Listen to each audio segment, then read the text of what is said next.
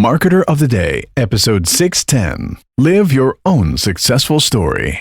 Change, evolve, and overcome obstacles by thinking beyond the wisdom of Walt with Dr. Disneyland, Jeff Barnes. Hey everyone, and welcome back to the Marketer of the Day podcast. We have a return celebrity guest, Mr. Jeff Barnes, who is Dr. Disneyland, who is the best-selling author of The Wisdom of Walt, Leadership Lessons from the Happiest Place on Earth, and his other new book is Beyond the Wisdom of Walt, Life Lessons from the Most Magical Place on Earth. And if you're curious, you can find out all about Jeff at his website, thewisdomofwalt.com. And if you are even doubly curious, you can hear our previous talk with him over at marketeroftheday.com/139. So, Mr. Jeff, glad to be talking to you again. Hey, Robert, how are you today? I'm super fantastic. I wish that I could give you some ice cream over the internet here. It's kind of funny. We're known as Dr. Disneyland, but for whatever reason, the whole In My Defense ice cream thing has become sort of its own deal on social media, which quite frankly is becoming a problem for my own diet and fitness goals, because everywhere we go, people like what you just offered want to feed me ice cream. And they know that I'm, can eat it 2 or 3 times a day. And so if I've already done that, why would I turn their ice cream down? So I appreciate the offer, but I'm also almost sort of glad we're doing this interview from a distance, because we actually just got back from Epcot Food and Wine Festival, and I ate way too much over the weekend. Nice. You set a dangerous precedent for yourself. And I mean, I know we're kind of getting off topic right off the bat here, but how did something like that even start? And just to get everyone caught up, like what you post quite a bit on Facebook with you in wherever place you are in the country or in the world with an ice cream cone, and you're like, in my defense, and here's the reason I have the ice cream. So was that just an accidental thing, or was that on purpose? And because, I mean, the reason I ask is I think we all wish that we had that sort of go-to attention-getting, traffic-getting, funny, almost viral thing to post on the internet. So how the heck did that even start? Yeah, I would love to tell you that, this was some vision and genius idea that I had 6 months out. It really just sort of happened. People notice. My wife and I really like food, and we always look forward to whatever the food is going to be wherever we're headed. And I tend to lean more towards sweets, especially ice cream. And so I would post pictures of me eating ice cream, and people were like, well, you just had ice cream yesterday, or, didn't you have ice cream this morning? And so I then found that, for whatever reason, I needed to defend myself for why I was eating ice cream again. And it was really the tagline, in my defense, that really caused the whole thing to take off. And I really knew it was something. We were giving a tour to legal professionals of Disneyland back in June. And when they showed up, met me at the turnstiles at 7:30 in the morning, they all showed up wearing T-shirts with pictures of ice cream and the words, in my defense. And then they gave, Nikki a shirt, and they gave me a shirt. And once people did that on their own, then I really sort of knew, wow, this really has sort of taken on a life of its own. Awesome. And so it's cool that you were consistent about it, and it just sort of evolved into its own thing that now it's gotten away from you, right? Now you couldn't stop it even if you wanted to. Exactly. And that, like I said, has become a little bit of a problem, because, we'll be in 3 or 4 different places in the same day. And whoever meets me in the morning wants to feed me ice cream, and whoever meets us at lunch wants to feed me ice cream, and whoever we see in the afternoon wants to feed me ice cream. And I'm not telling you I don't have the capacity for it, Robert, because I actually do. But, by the time you see a new and different person after dinner later that night, and they too want to give you ice cream, you're starting to realize, wow, I'm not going to be able to keep the same shape and form at this rate. But I don't want to upset and offend and tell them, well, I've had ice cream 3 times already today, but for whatever reason, I'm not going to eat yours. So balancing that is becoming a little tricky. Okay, well, I mean, I'm sure you'll figure something out. And also, as you're explaining that, it's kind of interesting because it almost relates to your brand a little bit, right? Like the whole like ice cream is like when you like when you're back when you were a kid, like when things are great, when things are magical, and it sort of ties into the whole Disney World, Disneyland thing, right? It really does because I think ice cream is something that appeals to everyone, even if you're lactose intolerant. Um, people who for whatever reason can't tolerate dairy, they'll tell you, "Man, I really wish I could eat ice cream, or I really, really miss ice cream." And so, it's one of those treats that's special, that's different, takes us back to our childhoods. Is very, very magical, and Disneyland opened with an ice cream shop on Main Street. Walt knew, he couldn't have a Main Street, he couldn't have an amusement park without ice cream because we make that immediate, ready association. And in fact, if you showed up on a Saturday and stopped at the ice cream shop on Main Street at Disneyland back in the 50s and 60s, it would not be at all uncommon for Walt Disney himself to be behind the counter serving up the scoops, because Walt loved ice cream too, and that was one of the ways that he stayed connected to his guests and connected to his customers.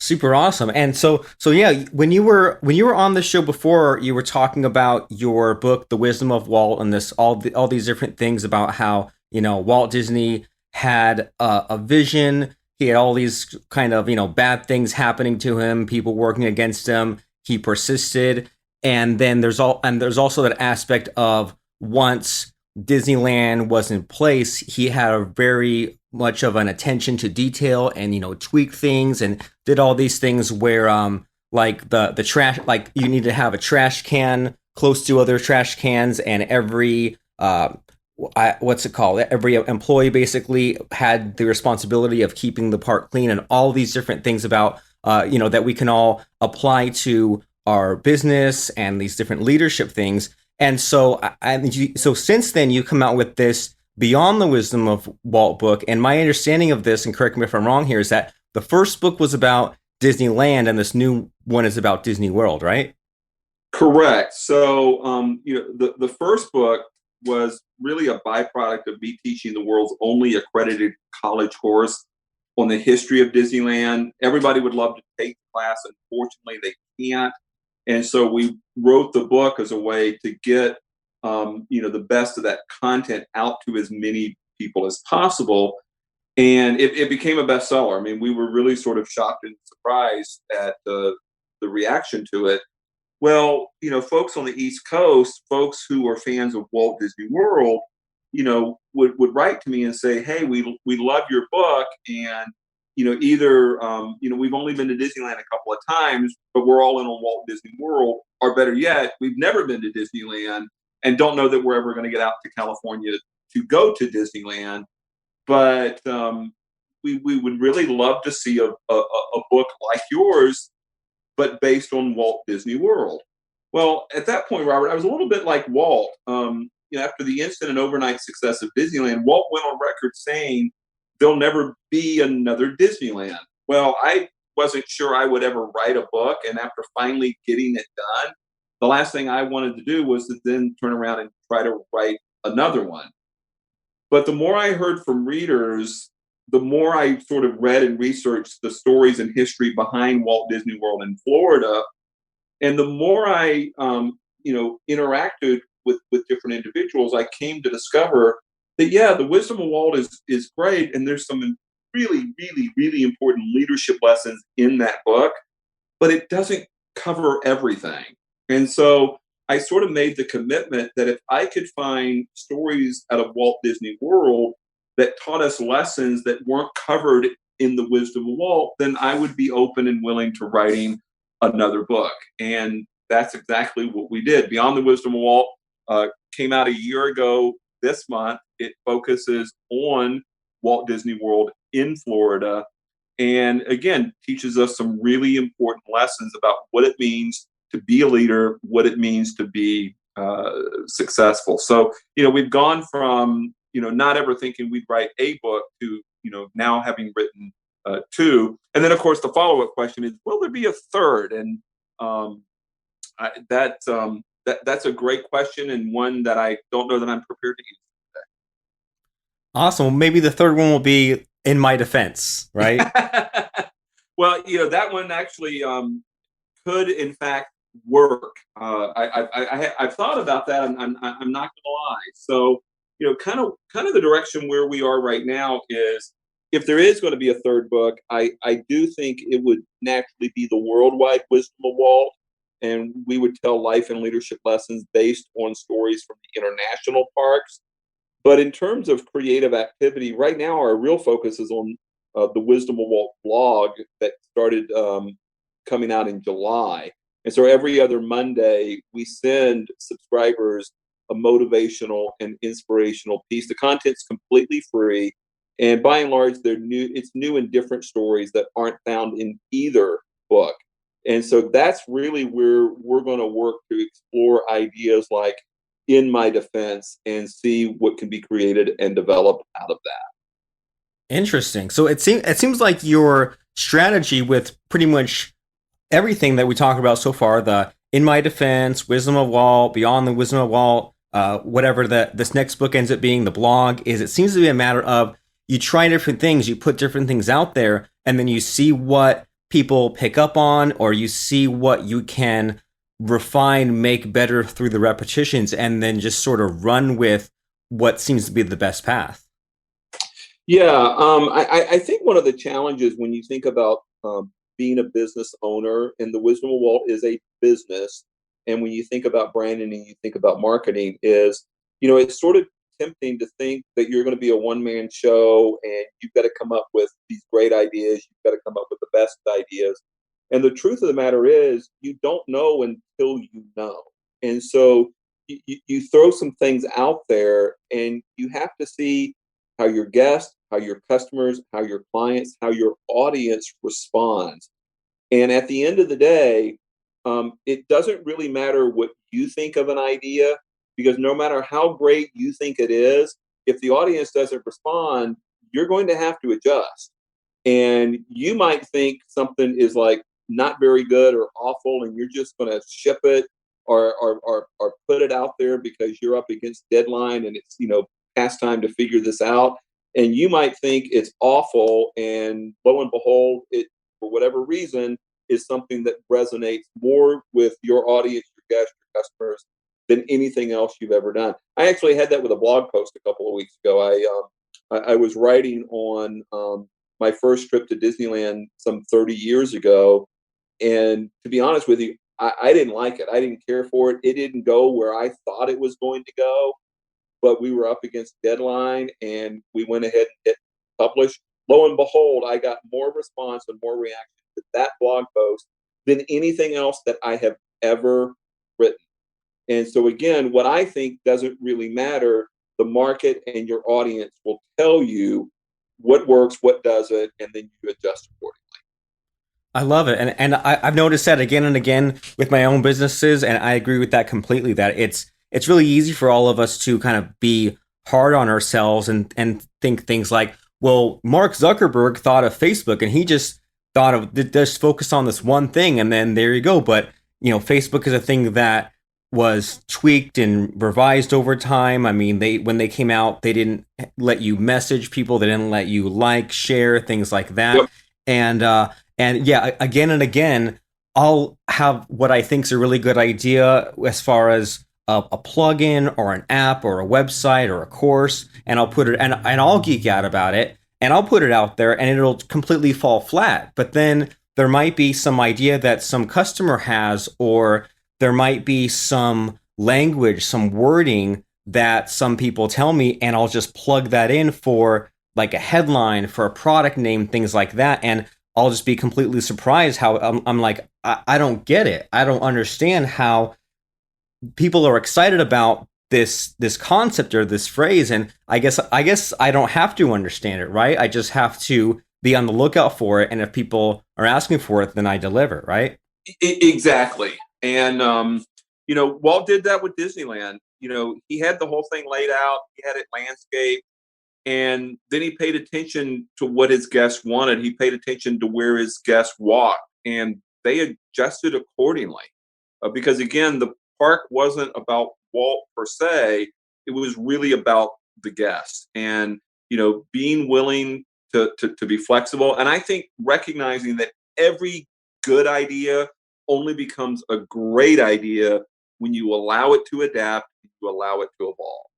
I love it. And in the spirit of adapting and evolving, I mean, you look at theme parks, you look at Disneyland, and they're always shutting down rides. They're always renaming things, turning such and such ride into A Bug's Life, turning the Twilight Zone Tower of Terror into the Guardians of the Galaxy. So Yep. they're always on the move. And whenever I have a product or a course and I'm thinking, oh, I put that out 3 years ago, 5 years ago, that's good enough. It's getting the job done. I think, well, sometimes I have to go back and update things. So do you have any thoughts on that? Like, do you ever think like there ever will be a time when you need to go and update the original Wisdom of Walt, or do you ever have difficulty making that decision between creating something new and going back and updating something old?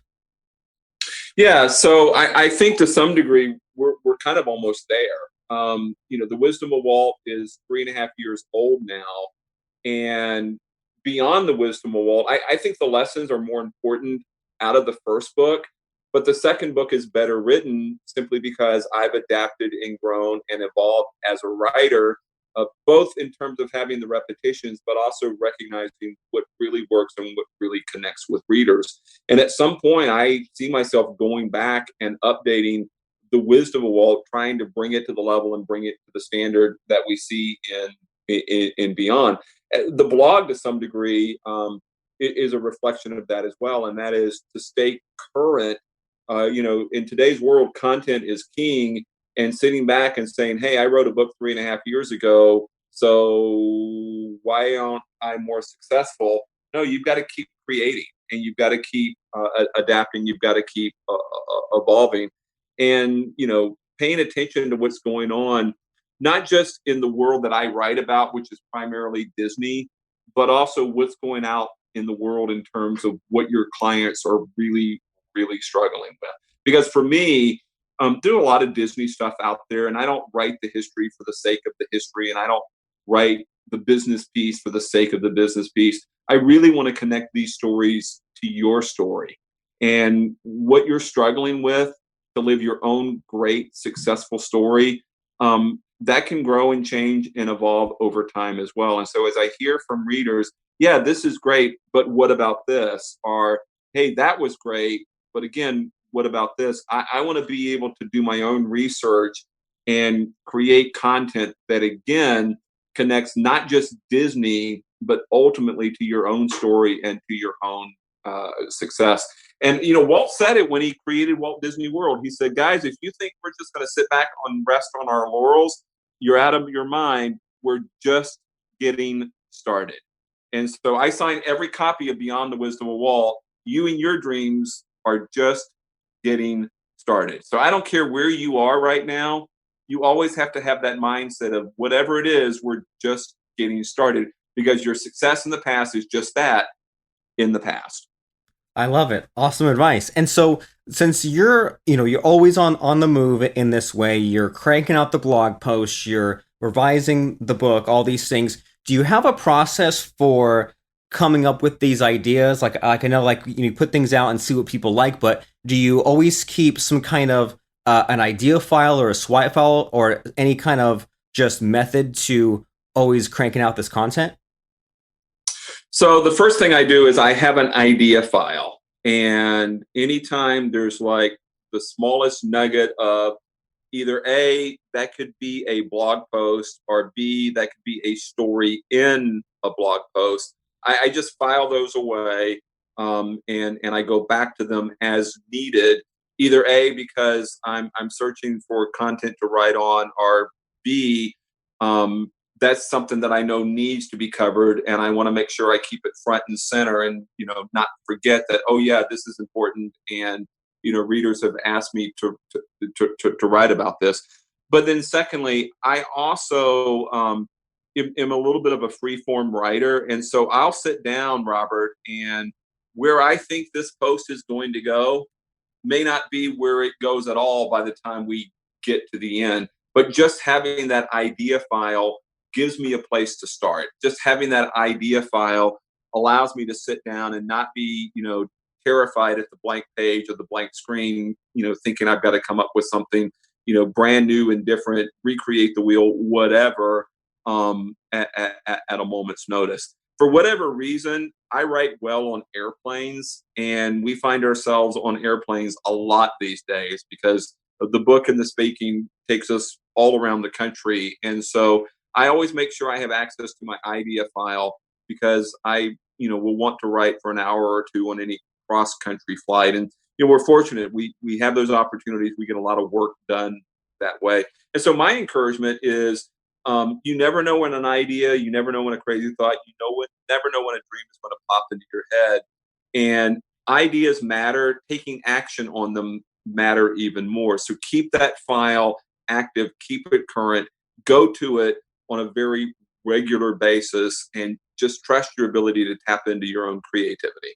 Awesome. I love it. So we all need to keep that idea file and then sometimes do that sort of free writing where we might start in one place and we're not really sure where the idea goes. And that gives us that idea in the rough where we can then use the pieces or use what we had to make the kind of polished blog post or book chapter. And that's pretty cool. And so I want to give people who are listening here a little bit of a taste of Beyond the Wisdom of Walt. So do you have an interesting story or lesson or something like that from this new book that you feel like sharing today? Yeah. So again, the book focuses primarily on Walt Disney World. And there are lessons in there that talk about expanding your expectations, letting go of your past, leading yourself. How do you find time to take your business, to take your success, to take your dreams to the next level?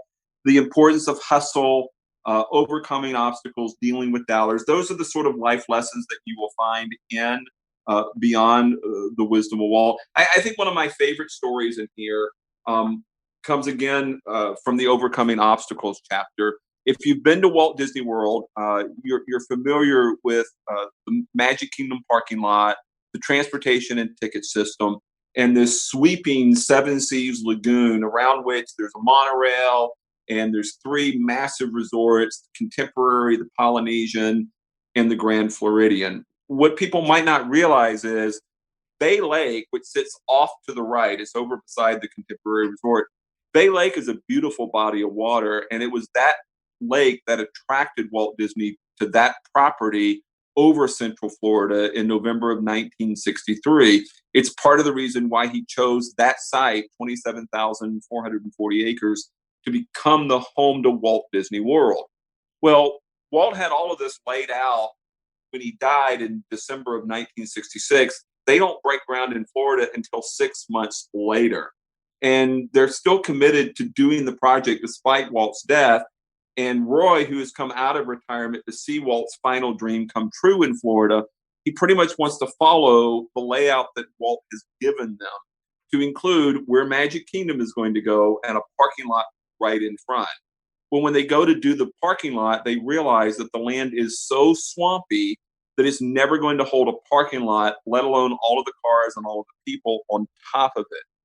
Well, rather than giving up, which is what a lot of us do when we face any sort of obstacle standing between us and our goals, us and our dreams, us and our success, rather than giving up, Disney simply just backed the parking lot up a couple of miles, drained the swamp, allowed Bay Lake to fill it, and that became Seven Seas Lagoon. So one of the biggest differences between Disneyland is you've got like this 160-acre amusement park that's really tight, really crammed into a very small space. And what used to have a parking lot right in front, there's a second park, Disney California Adventure, in front of Disneyland now, but that used to be a parking lot, as opposed to Florida, where there's this drop-dead gorgeous lagoon with all of these resorts and this sweeping monorail.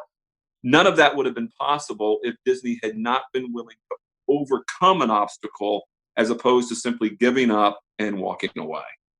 I love it. That's awesome. And what that tells me is we need to be careful of that all or nothing thinking. That, it's easy if we have the smallest bump in the road to throw it all out, and instead we need to adjust and maybe even turn it into a positive. And it seems like it is a positive, right? Because now the lake filled the swamp. Now you have this huge, beautiful lake. You could say Yep. that it looks better than it would have compared to those original plans.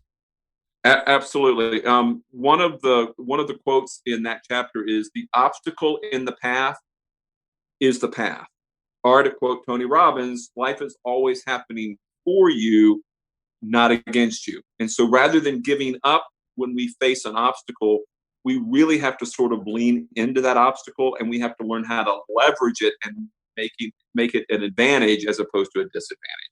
Super cool. Awesome. And then so you have this book, Beyond the Wisdom of Walt. And one other thing I've been curious ever since we last spoke is, a few weeks after we spoke a couple of years ago for this podcast, I saw that you were speaking at some medical conference in the city of Modesto, which is about 10 minutes from me. And I was thinking, okay, so this guy teaches, business stuff and leadership stuff, but he even speaks at medical conferences. So what's the relation there? How does that apply to, doctors and people like that? So what we do with the Wisdom of Walt is we really take these stories and provide motivational and inspirational keynote addresses for different team, different business, different convention, different conference events. In fact, this past weekend, we were at Walt Disney World speaking to a group of premier martial arts fitness franchise owners. I was a little bit intimidated, Robert, because when you're into martial arts, in my defense, means something different for them than it does for me. I don't think they eat nearly as much ice cream as I do. But the bottom line is, we really want to take what everybody knows and loves, and that is Disney, whether it's the movies, whether it's the parks, whether it's the cartoons. We want to take something that everybody knows and loves, which is Disney, and again, connect it to your own dreams, your own goals, and your own success.